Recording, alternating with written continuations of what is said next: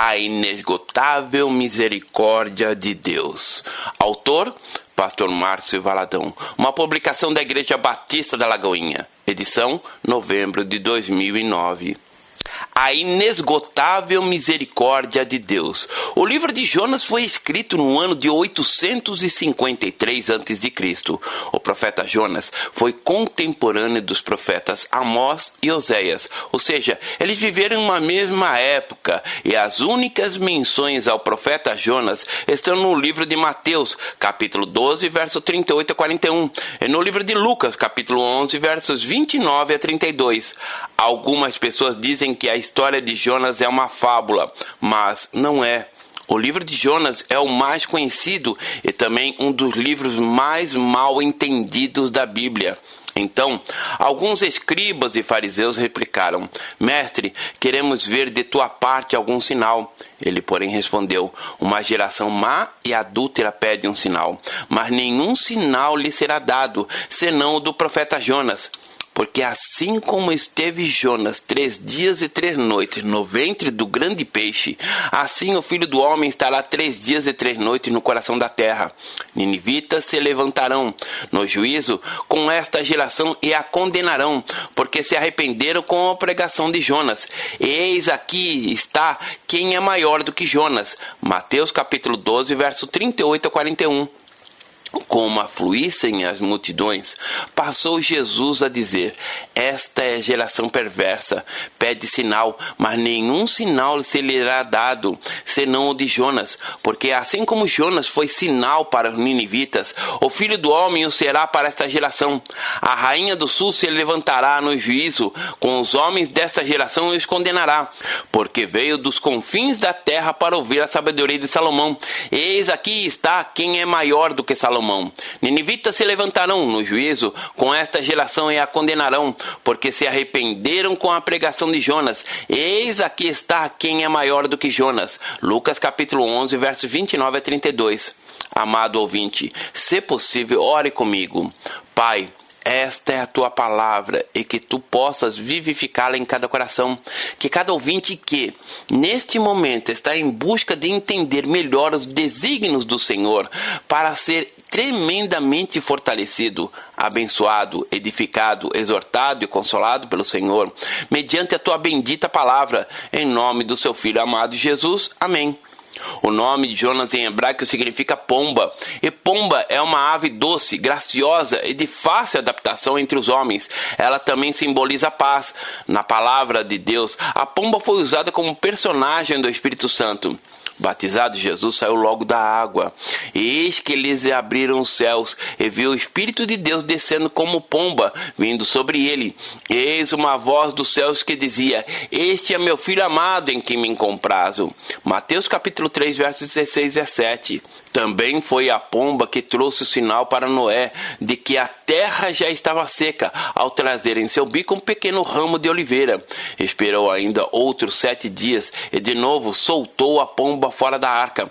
À tarde, ela voltou a ele. Trazia no bico uma folha nova de oliveira. Assim entendeu Noé que as águas tinham minguado de sobre a terra. Gênesis capítulo 8, versos 10 e 11. Entretanto, quando começamos a estudar a vida de Jonas, percebemos que o seu nome não representava muito bem o que ele testemunhava. Isso porque Jonas era um homem iracundo e tinha uma enorme facilidade em guardar raiva e ressentimento das pessoas e situações. Diante dos problemas, ele imediatamente se posicionava de modo contrário ao que a palavra de Deus ensinava e ensina.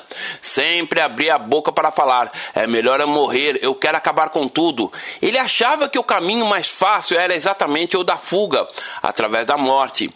Outra vez, ele procurava fugir da situação. Quem conhece uma criança bem mimada sabe o que significa fazer pirraças e chantagens. Jonas era um homem exatamente assim. Veio a palavra do Senhor a Jonas, filho de Amitai, dizendo: Dispõe-te, vai-te à grande cidade de Nínive e clama contra ela, porque a sua malícia subiu até mim. Jonas capítulo 1, versos 1 e 2. Quando você recebe uma palavra profética, esta deve ser de confirmação de alguma coisa que Deus já havia falado. Às vezes o Senhor fala através de um sonho, ou em outras ocasiões. Ele usa uma determinada situação ou mesmo um sentimento em relação a alguma coisa ou fato. E assim, vem a palavra do Senhor, trazendo a confirmação específica a respeito daquele fato que você já estava esperando. Deus nunca irá usar uma profecia que ele pegará de surpresa. Este não é o perfil nem o caráter de Deus. Jonas já esperava que algo acontecesse, porque como profeta ele sabia que teria que fazer o que Deus ordenasse. O texto começa exatamente assim: veio a palavra do Senhor a Jonas. É importante entendermos que Deus não fez acepção de pessoas, pois o Senhor, vosso Deus, é o Deus dos deuses e o Senhor dos senhores, o Deus grande, poderoso e temível, que não faz acepção de pessoas, nem aceita suborno. Deuteronômio capítulo 10, verso 17. Ele conhece o seu nome, como conhece a sua família. Veja que o Senhor cita a linhagem de Jonas para que não houvesse dúvida em relação ao chamado específico feito a ele. Veio a palavra do Senhor a Jonas, filho de Amitai, dizendo: dispõe-te, vai à grande cidade de Nínive e clama contra ela, porque a sua malícia subiu até mim. Deus não envia uma palavra que deixa as pessoas em dúvidas. A palavra dele sempre é muito clara. A primeira palavra que o Senhor disse a Jonas foi: dispõe-te. Dispor significa estar com boa disposição de ânimo, vivo, animado, preparado, ativo. Algo que o Senhor deseja na vida dos seus filhos é a disponibilidade, ou seja, estarmos livres para Deus. E a grande maioria tem enfrentado dificuldade de estar disponível e dispostas para Deus. E uma das coisas mais importantes que o Senhor deseja é exatamente esta, a de que estejamos prontos para servir, dispostos. Quando Deus fala, é porque Ele deseja que estejamos prontos, não somente para ouvi-lo, mas também devemos estar preparados para obedecê-lo. No livro de Gênesis, encontramos Nínive sendo fundada. Cuxi gerou a Nimrod, o qual começou a ser poderoso na terra. Foi valente caçador diante do Senhor. Daí dizer, como Nimrod, poderoso caçador diante do Senhor, o princípio do seu reino foi Babel, Ereque, Acade, Calné, na terra de Sinar. Daquela terra saiu ele para a Síria, edificou Nínive, Reobote, Ir e Calá. E entre Nínive e Calá, a grande cidade de Recém. Gênesis capítulo 10, verso 8 a 12. A capital da Síria era Nínive, que ficava situada junto ao rio Tigre. Esta era a cidade do qual Jonas teria que se importar. Nínive ficava situada onde está o Iraque. Jonas era um profeta do Senhor, e um verdadeiro profeta de Deus é aquele homem que tem uma enorme sensibilidade para com Deus. O profeta não apenas vê o presente, mas também vê, pela graça do Senhor, o futuro. E Jonas sabia o que os assírios iriam fazer com Israel, o que veio a acontecer cerca de 100 anos depois dessa profecia, quando então os assírios vieram com fúria e destruíram completamente Israel. Jonas se dispôs, mas para fugir da presença do Senhor, para Tarsis, e, tendo descido a Jope, achou um navio que ia para Tarsis. Pagou, pois, a sua passagem e embarcou nele, para ir com eles para Tarsis, para longe da presença do Senhor. Jonas capítulo 1, verso 3. Muitas são as pessoas que agem exatamente da mesma maneira como Jonas agiu. Você mesmo, querido ouvinte, quantas vezes Deus lhe falou para fazer algo e você se dispôs, colocou-se como um valente, pronto para o que der e vier, cancelou coisas que teria que fazer para obedecer ao Senhor, mas quando chegou o momento de agir, acabou por fazer a sua própria vontade? Todas as vezes que desobedecemos a palavra do Senhor ou a voz dele, basicamente estamos afirmando: Deus, o Senhor está errado, isso não deve ser feito desse jeito, eu é que estou certo, porque o caminho apontado pelo Senhor não é esse, por isso eu vou fazer diferente. Tarsis ficava próxima à Espanha e, no mundo antigo, o lugar mais distante que existia era a Espanha. E Jonas comprou uma passagem exatamente para Tarsis, para o lugar mais longe possível possível e imaginável. Quando uma pessoa quer desobedecer a Deus, o diabo facilita tudo. Ele coloca todas as coisas diante dela, sem que ela tenha que se esforçar para fazer com que aconteça. Se a orientação do Senhor fosse para Jonas ir para Tarsis, com certeza ele teria que enfrentar dificuldades, como uma fila enorme de espera para encontrar uma vaga no navio, e talvez tivesse que esperar meses até poder fazer esta viagem. Além disso, o preço poderia ser muito alto. Mas quando alguém quer fazer tudo contrário à vontade de Deus e se desviar dos caminhos do Senhor, o inimigo coloca tudo facilmente em suas mãos.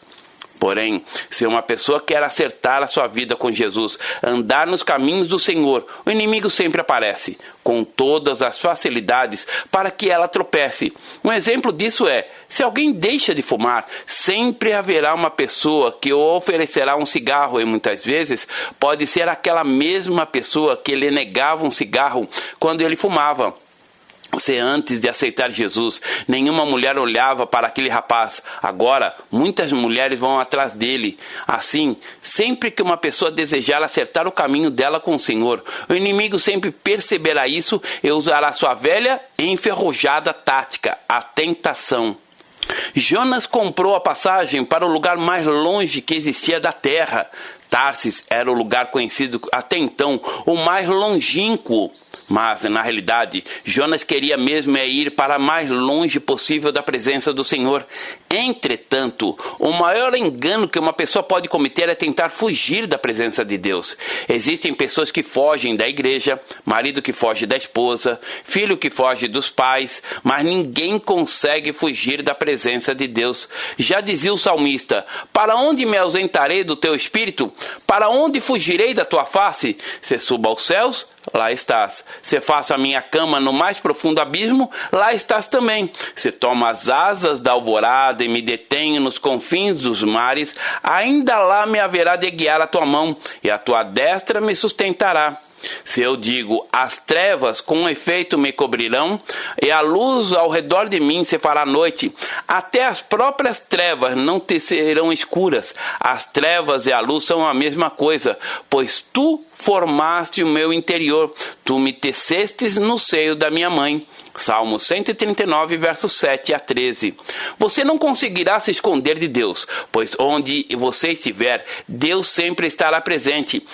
Há pessoas que tentam se esconder de Deus em meio à prostituição e os desvários do pecado, mas chegará um momento em que elas não mais conseguirão fugir, entediadas com e de tudo clamarão por socorro, e Deus sempre estará presente, pois Ele nunca nos deixa sozinhos.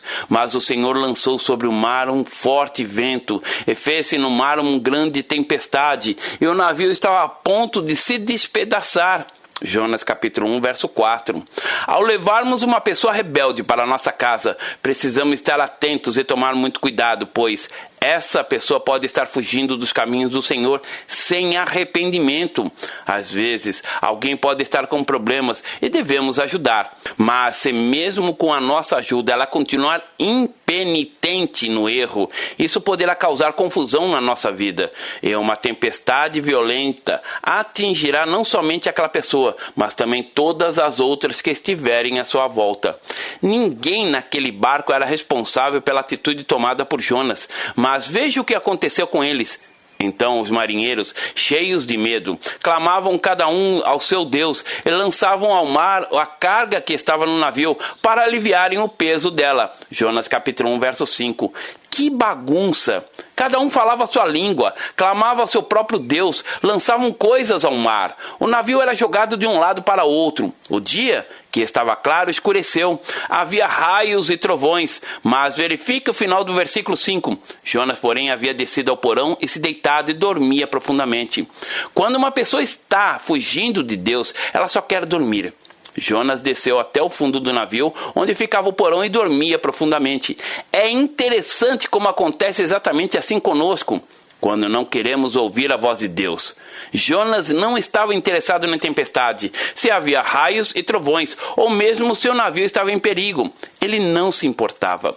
Chegou-se a ele o mestre do navio e lhe disse: que te passa contigo, agarrado no sono? Levanta-te, invoca o teu Deus, talvez assim esse Deus se lembre de nós, para que não pereçamos. Jonas capítulo 1, verso 6.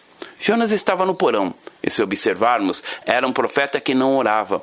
Os marinheiros oravam. Mesmo adorando a outros deuses, eles oraram, clamaram. E quantas vezes nós, que conhecemos ao Deus verdadeiro, conhecemos Jesus e temos acesso direto ao trono da graça pelo sangue do Senhor, não oramos, ou quando oramos, oramos muito pouco. A tripulação e os passageiros daquele navio estavam apavorados, orando, mas Jonas não. Foi preciso que um homem fosse até ele e dissesse: levanta e invoca o teu Deus também, porque não é hora de estar dormindo. Levanta e invoca o teu Deus e talvez, assim, esse Deus se lembre de nós, para que não pereçamos. Verso 6. Quem não conhece o Senhor acredita que Ele é um Deus distante, um Deus que se esquece, que abandona as pessoas e não se identifica com a dor e sofrimento humano. E aqueles homens não conheciam o Senhor dos Senhores, por isso eles diziam: talvez, assim, esse Deus se lembre de nós, para que não pereçamos. E diziam uns aos outros: vinde e lancemos sortes, para que saibamos por causa de quem nos sobreveio este mal. E lançaram sortes, e a sorte caiu sobre Jonas. Jonas capítulo 1, verso 7. Quando existe uma situação delicada na sua família ou na sua vida, uma das coisas que você precisa saber é que realmente está acontecendo.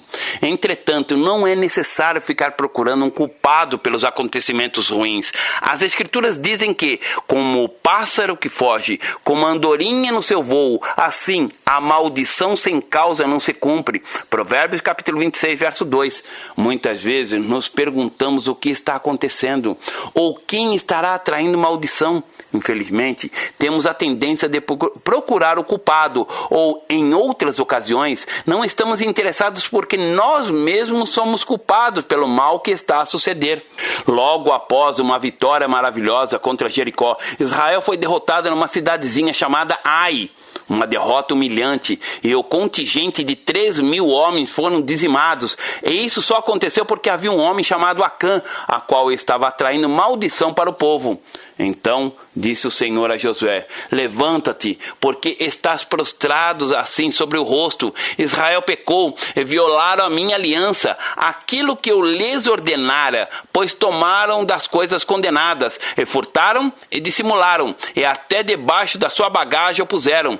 Pelo que os filhos de Israel não puderam resistir aos seus inimigos, viraram as costas diante deles, porquanto Israel se fizera condenado. Já não serei convosco, se não eliminares do vosso meio a coisa roubada.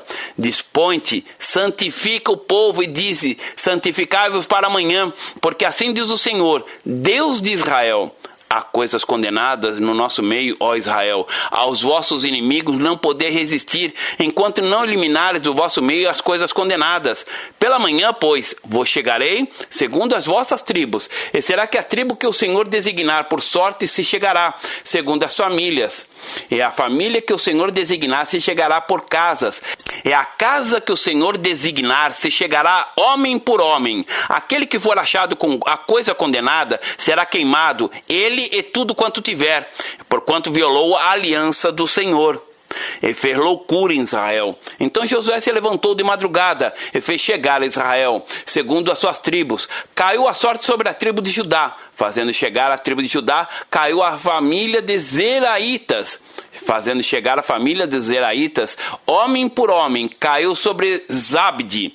E fazendo chegar a sua casa, homem por homem, caiu sobre Acã, filho de Carmim, filho de Zabde, filho de Zera, da tribo de Judá. Então disse Josué a Acã: filho meu, dá glória ao Senhor, Deus de Israel, e a ele rende louvores, e declara-me agora o que fizestes, não me ocultastes. Respondeu Acã a Josué e disse: verdadeiramente pequei contra o Senhor, Deus de Israel, e fiz assim e assim. Josué capítulo 7, versos 10 a 20.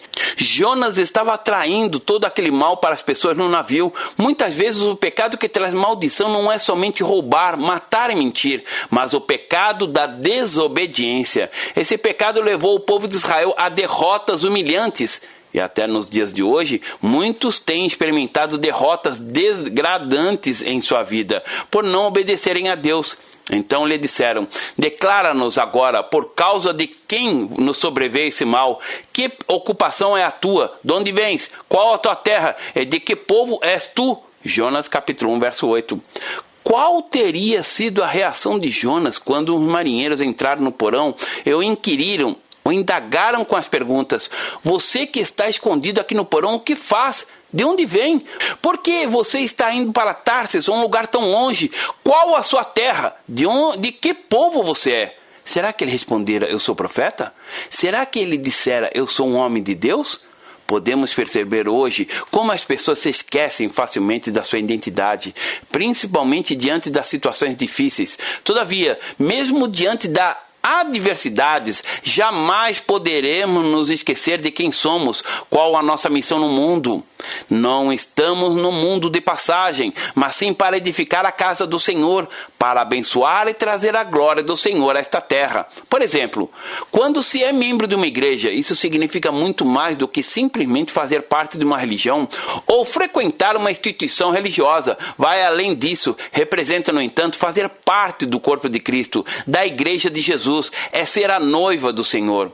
Ele lhe respondeu: sou hebreu e temo ao Senhor, o Deus do céu, que fez o mar e a terra. Jonas capítulo 1, verso 9. Quando ele diz: sou hebreu, faço parte de um povo que tem uma aliança com Deus e temo ao Senhor, ele descartou todos os outros deuses e disse: o Deus dos céus, que fez o mar e a terra. Então os homens ficaram possuídos de grande temor e lhe disseram: que é isto que fizestes?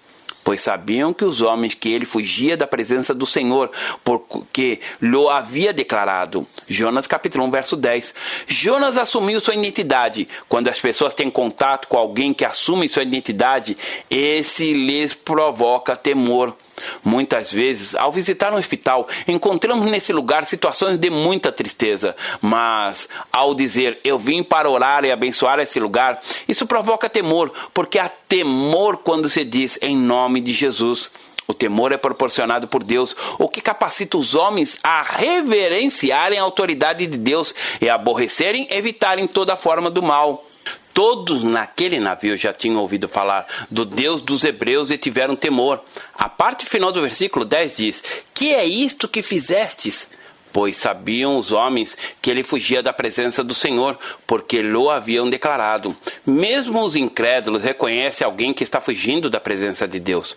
Houve em uma das nossas casas de recuperação uma menina que abandonou a prostituição por aproximadamente 9 meses, mas infelizmente escolheu voltar à velha vida. Mas alguns irmãos a procurou, pois não podemos desistir das pessoas, assim como Jesus não desiste de ninguém, e foram falar com ela. A moça lhe contou que muitos fregueses diziam a ela: olha, seu lugar não é aqui. Mesmo aqueles que não conhecem a Jesus sabem o valor que o cristão tem. Outro exemplo é que se uma pessoa qualquer der um cheque sem fundo, raramente se comentará sobre o assunto. Mas se um crente der um cheque sem fundo, poderá virar até manchete: evangélico deu cheque sem fundo. Por quê? Porque os próprios incrédulos reconhecem o padrão elevado que existe na vida daqueles que temem ao Senhor.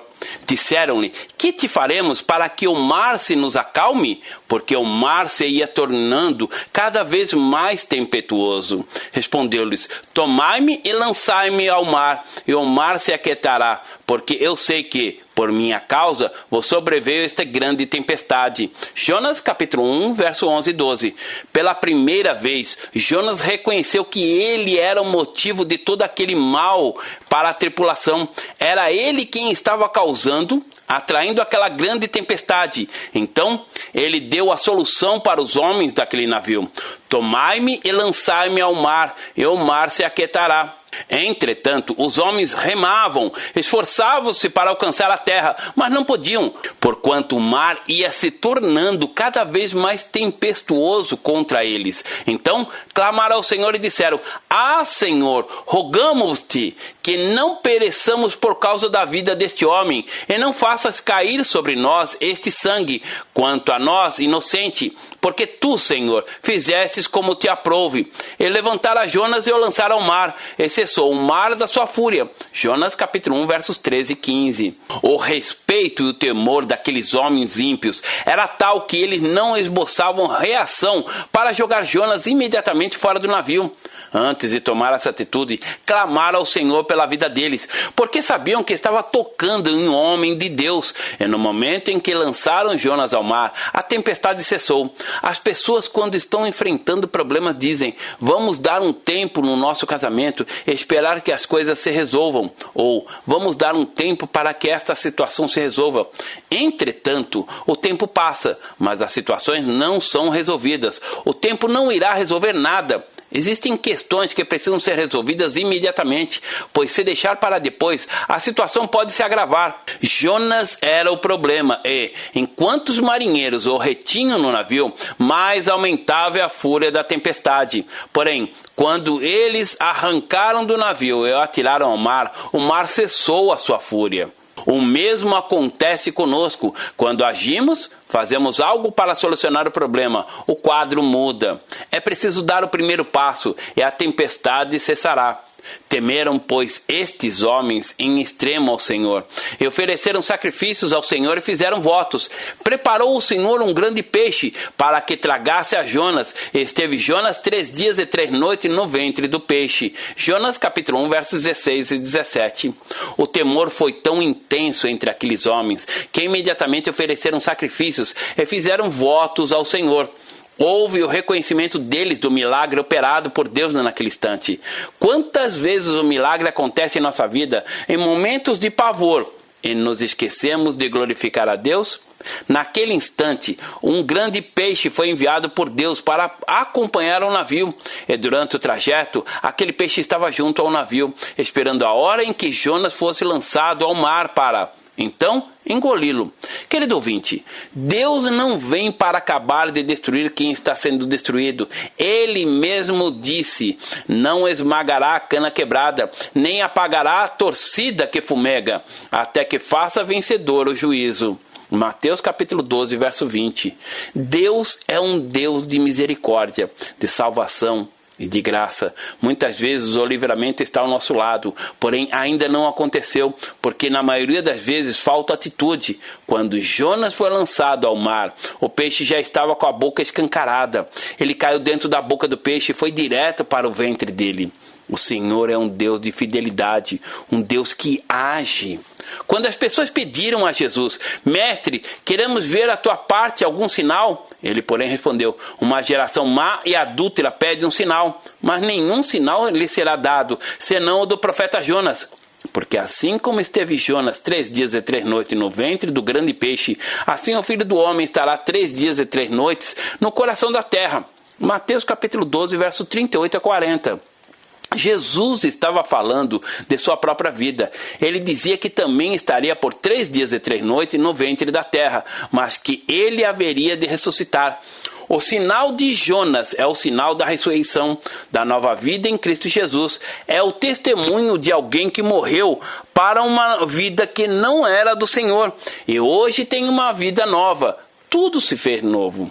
Enquanto Jonas estava no navio, o capitão do navio, os marinheiros, todos oravam, mas Jonas não orou.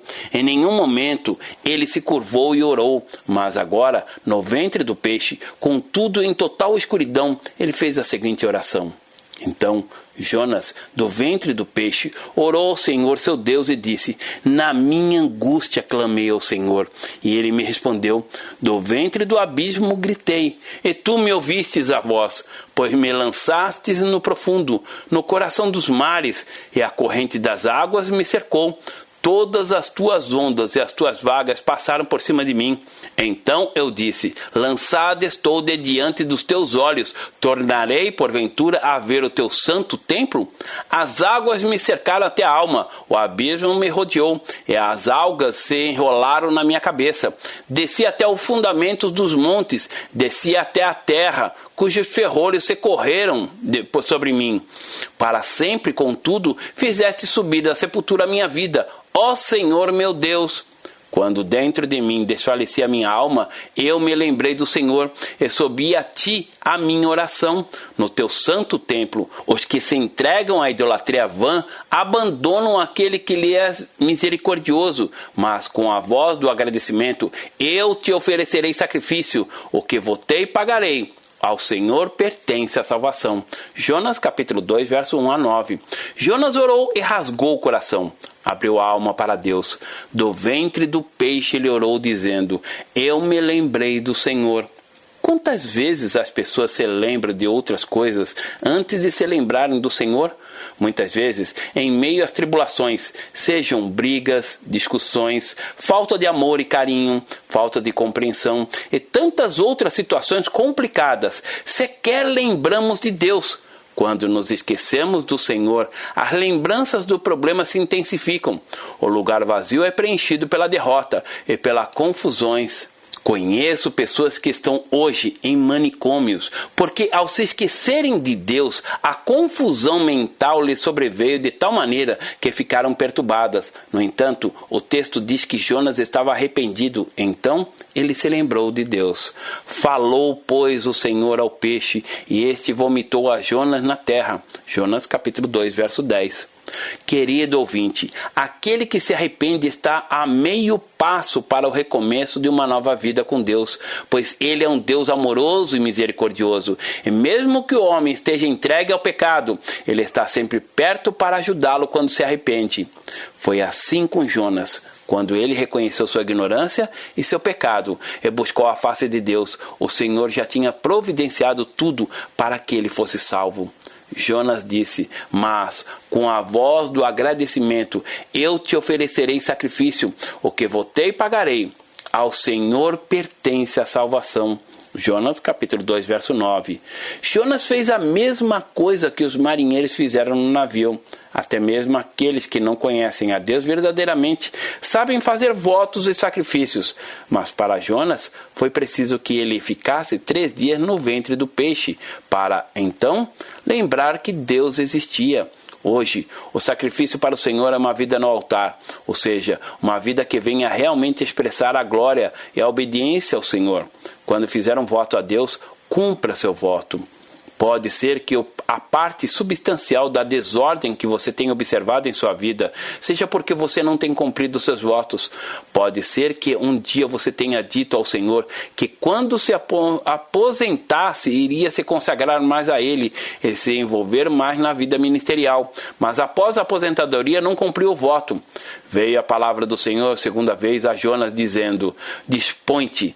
Vai à grande cidade de Nínive e proclama contra ela a mensagem que eu te digo. Jonas capítulo 3, verso 1 e 2.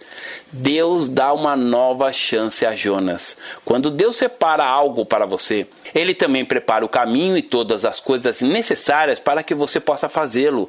Mas se você fugir, o Senhor Deus fará com que você reconheça que Ele é Deus e que você deve obedecê-lo. Porém, o Senhor não trocará o plano original que Ele preparou para você. E assim, como fez com Jonas, Ele fará também com você. Lhe dará uma segunda chance. Levantou-se, pois, Jonas e foi a Nínive, segundo a palavra do Senhor. Ora, Nínive era uma cidade muito importante diante de Deus e de 3 dias para percorrê-la. Jonas capítulo 3, verso 3.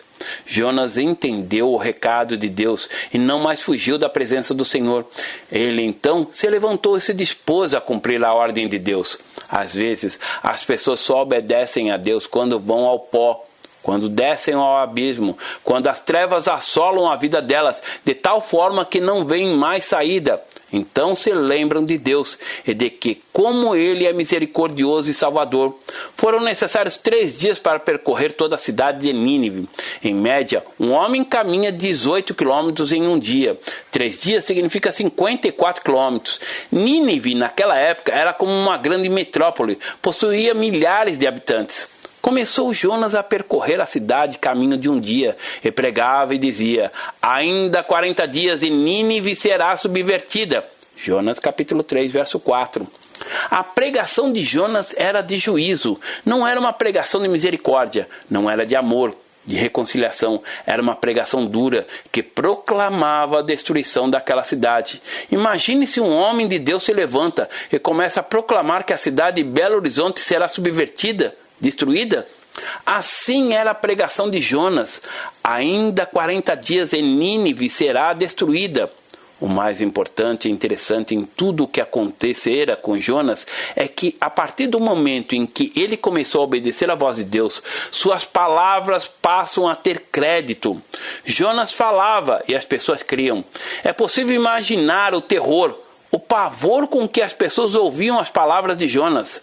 Elas começaram então a procurar uma saída. Não havia como se livrar daquela catástrofe. Os dias já estavam contados e a sorte selada. No entanto, Deus é misericordioso. Quando um homem de Deus se arrepende dos seus maus caminhos e passa a trilhar o caminho da obediência, há mudança. Antes, as palavras de Jonas eram tidas como chacotas, mas depois foram ouvidas e percebidas como a própria voz de Deus. O Senhor também faz isso conosco, muda nossas palavras, nos capacita para dizer a palavra dele, como se a nossa voz fosse a própria voz de Deus, e assim as nossas palavras passam a ter crédito. Os ninivitas se comportaram assim, eles se arrependeram e receberam da misericórdia de Deus.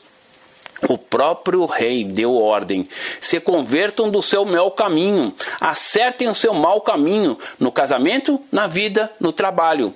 Até mesmo os animais foram desprovidos de alimento e água. O fato é que os ninivitas eram violentos, mas veja o que eles disseram no versículo 9. Quem sabe se voltará a Deus e se arrependerá, e se apartará do furor da sua ira, de sorte que não pereçamos? Deus é bom e tem misericórdia daquele que tem o coração quebrantado. Sacrifícios agradáveis a Deus são o espírito quebrantado, coração compungido e contrito. Não o desprezarás, ó Deus. Salmo 51, verso 17. O Senhor vê o coração. A palavra de Deus diz que antes ele dá maior graça, pelo que diz: Deus resiste aos soberbos, mas dá graça aos humildes. Tiago, capítulo 4, verso 6. O arrependimento é mudança de posicionamento, é o abandono do pecado, é voltar ao primeiro amor. É como se estivesse andando na direção errada, mas ao se arrepender, torna o caminho que é reto. Viu Deus o que fizeram, como se converteram do seu mau caminho. E Deus se arrependeu do mal que tinha dito lhes faria, e não fez. Jonas capítulo 3, verso 10. O arrependimento para Deus não é no mesmo sentido do que para os homens.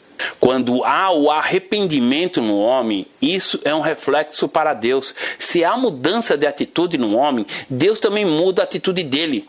Por isso é que quando nos achegamos a Deus e pedimos perdão pelos nossos pecados, Ele nos perdoa, pois houve uma atitude da nossa parte de irmos até Ele. Deus é misericordioso.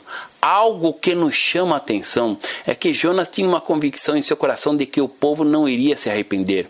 Ele pregava esta mensagem: ainda 40 dias e Nínive será subvertida, acreditando que o povo não iria se arrepender. Mas o povo se arrependeu, do maior ao menor, e até os animais entraram em jejum e oração, para que, quem sabe, se voltará a Deus e se arrependerá, e se apartará do furor da sua ira, de sorte que não pereçamos? Infere-se que eles conheciam também ao Senhor. Eles sabiam quem era Deus e por isso entendiam que se Ele estendesse a sua mão de fúria sobre eles, nada sobraria. Existe temor do ímpio para com Deus. Eles podem estar no pecado, mas quando sentem a mão de Deus pesar sobre eles, não resistem e se dobram ao Deus que fez o céu e a terra. Com isso, desgostou-se Jonas extremamente e ficou irado. E orou ao Senhor e disse: Ah, Senhor, não foi isso que eu te disse, estando ainda na minha terra? Por isso, me adiantei, fugindo para Tarsis, pois sabia que és Deus clemente e misericordioso, e tardio em irar-se, e grande em benignidade, e que te arrependes do mal. Peço-te, pois, ó Senhor, tira-me a vida, porque melhor é morrer do que viver. E disse o Senhor: É razoável essa tua ira? Jonas saiu da cidade e ficou ao oriente, observando o que aconteceria com Nínive. Como falamos no início, Jonas era um homem iracundo e cheio de manias. Ele fez o que Deus mandou. Pregou a palavra de Deus para Nínive, mas na verdade o que ele queria era ver aquela cidade ser totalmente dizimada. Ele discordava da misericórdia de Deus para com aquele povo, e por isso ele reclamou, resmungou, falou mal, chorou, ficou com raiva. Podemos fazer um paralelo da personalidade de Jonas com a de uma criança mimada. Quando uma criança é criada com mimo, ela se acostuma a ter tudo o que quer. Normalmente, muitos fazem o que ela deseja. Ela não sabe receber um não. Digamos que for assim que Jonas se comportou, como uma criança mimada, apesar de ser um homem feito. Algumas pessoas dizem que o Deus do Antigo Testamento é um Deus irado, mas ele é um Deus cheio de misericórdia e amor. Jonas mesmo disse, pois sabia que é Deus clemente, misericordioso e tardio em irar-se, e grande benignidade, e que se arrependes do mal. Contudo, o que Jonas queria era tão somente ver a destruição de Nínive. Por isso o Senhor lhe deu uma lição. Então fez o Senhor Deus nascer uma planta, que subiu para cima de Jonas, para que fizesse sombra sobre a sua cabeça, a fim de o livrar do seu desconforto. Jonas, pois, se alegrou em extremo por causa da planta. Jonas, capítulo 4, verso 6. Por causa do temperamento difícil de Jonas, ele tinha muitas dificuldades emocionais, e Deus precisava trabalhar no seu interior. Então, o Senhor deu início a uma preciosa lição em Jonas, primeiro fazendo nascer uma planta que lhe trouxesse conforto. Estava tudo muito bom. A planta trazia o refrigério para a cabeça dele, porém Deus resolveu tirar-lhe a planta e ele se descontrolou. Mas Deus, no dia seguinte, ao subir da alva, enviou um verme, o qual feriu a planta, e esta se secou. Em nascendo o sol, Deus mandou um vento calmoso oriental. O sol bateu na cabeça de Jonas, de maneira que desfalecia, pelo que pediu para si a morte, dizendo, melhor me é morrer do que viver. Jonas capítulo 4, versos 7 e 8. Muitas vezes somos como Jonas, agimos com teimosia, queremos desistir de tudo, quando Deus não nos dá o que queremos. Quantas vezes você até desistiu de ir para a igreja porque Deus não lhe deu o carro que queria? Ou deixou de orar porque você não teve seu pedido de oração respondido no momento que gostaria? Quando agimos desta maneira, estamos sendo como Jonas. Uma criança mimada cresce com o caráter deturpado, sem saber discernir, lidar com as situações da vida, porque sempre teve tudo o que queria. Quando começa a namorar, não consegue lidar com conflitos no relacionamento. Qualquer coisa é motivo para terminar tudo. Faz chantagem, ameaça, entre outras coisas. A chantagem de Jonas era, eu quero a morte, eu quero morrer. Ele tentou fazer chantagem com Deus quando o sol lhe queimava a cabeça. E devia estar muito quente mesmo. A reação de Jonas era de um garoto mimado, acostumado a ter tudo o que queria. Melhor me é morrer do que viver. Então perguntou Deus a Jonas, é razoável esta sua ira por causa da planta? Ele respondeu, é razoável a minha ira até a morte. Tornou-se o Senhor, tens compaixão da planta que te não custou o trabalho, o qual não fizestes crescer, que numa noite nasceu e numa noite pereceu. E não hei de eu ter compaixão da grande cidade de Nínive, em que há mais de 120.000 pessoas, que não sabem discernir entre a mão direita e a mão esquerda, e também muitos animais? Jonas capítulo 4, versos 9 a 11. Somente crianças não sabem discernir entre a mão direita e a esquerda. Em Nínive havia mais de 120.000 pessoas. Hoje, Jonas se levanta para todos nós como um desafio e um testemunho. Ninguém pode esgotar a misericórdia de Deus. A misericórdia de Deus não se esgota. Jonas carregava no seu nome o significado da pomba, mas parecia mais um abutre, querendo ver mais a destruição do que a própria paz. A pomba, a paz, deve ser realidade em sua vida. A mesma coisa que o Senhor falou a Jonas, dispõe-te e vai. O Senhor fala a cada um de nós. Há uma missão para cada pessoa. Há um desafio e um propósito do Senhor para cada um. Não precisamos agir como Jonas, desejando que todas as pessoas que não conhecem ao Senhor sejam exterminadas da face da terra. Muitos são os que não sabem o que estão fazendo. Deus conhece o coração de cada um deles, e no tempo certo, eles também se achegarão a Deus. Precisamos nos lembrar de quando éramos ímpios e ignorávamos a grandiosidade do amor de Deus por nós. Ríamos dos crentes e zombávamos do modo como se vestiam. Mas eles choravam por nós, eles oravam por nós, eles lutavam com os demônios para que nos soltassem. Se hoje conhecemos a Deus, é porque uma geração de homens e mulheres que obedeceram ao chamado de Deus não mediu esforços para que pudéssemos estar aos pés do Senhor. Quando o Senhor lhe envia a algum lugar, não fuja. Dispõe-te, vá com alegria, obedecendo a voz dele. Siga em frente na direção que ele lhe indicar. Vá com seu coração cheio de vida e de amor.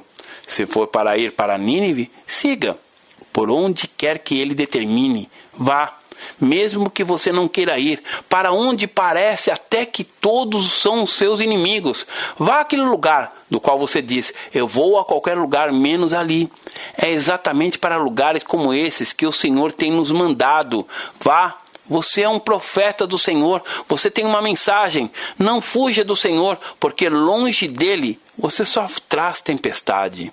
Quando você está longe do Senhor, você atrai dificuldades, não somente para você, mas também para todos os que estão à sua volta. Há muita gente orando por você enquanto você dorme, mas é tempo de começar a orar também. E tenha certeza do livramento da mão do Senhor. Eu te oferecerei sacrifício, o que votei, pagarei. Comece a pagar seus votos e o livramento chegará. Deus abençoe. Pastor Márcio Valadão. Jesus te ama e quer você. Primeiro passo, Deus o ama e tem um plano maravilhoso para a sua vida, porque Deus amou o mundo de tal maneira que deu seu Filho unigênito para todo aquele que nele crê não pereça, mas tenha vida eterna. João capítulo 3, verso 16. Segundo passo, o homem é pecador e está separado de Deus, pois todos pecaram e carecem da glória de Deus. Romanos capítulo 3, verso 23, parte B. Terceiro passo, Jesus é a resposta de Deus para o conflito do homem. Respondeu-lhe Jesus, eu sou o caminho e a verdade e a vida. Ninguém vem ao Pai senão por mim. João capítulo 14, verso 6. Quarto passo, é preciso receber a Jesus em nosso coração, mas a todos quanto receberam, deu-lhes o poder de serem feitos filhos de Deus, a saber, aos que crerem em seu nome. João capítulo 1, verso 12, parte A. Se com tua boca confessares Jesus como Senhor e, em teu coração, credes que Deus o ressuscitou dentre os mortos, será salvo. Porque com o coração se crê para a justiça e com a boca se confessa a respeito da salvação. Romanos capítulo 10, verso 9 e 10. Quinto passo. Você gostaria de receber a Cristo em seu coração? Faça essa oração de decisão em voz alta. Senhor Jesus, eu preciso de Ti. Confesso-te o meu pecado de estar longe dos Teus caminhos. Abra a porta do meu coração e te recebo como meu único Salvador e Senhor. Te agradeço porque me aceita assim como eu sou e perdoa o meu pecado. Eu desejo estar sempre dentro dos teus planos para a minha vida. Amém? Sexto passo, procure uma igreja evangélica próxima à sua casa. Nós estamos reunidos na Igreja Batista da Lagoinha, Rua Manuel Macedo, 360, bairro São Cristóvão, Belo Horizonte, Minas Gerais. Nossa igreja está pronta para lhe acompanhar nesse momento tão importante da sua vida. Nossos principais cultos são realizados aos domingos. Ficaremos felizes com sua visita. Uma publicação da Igreja Batista da Lagoinha, Gerência de Comunicação, www.lagoinha.com.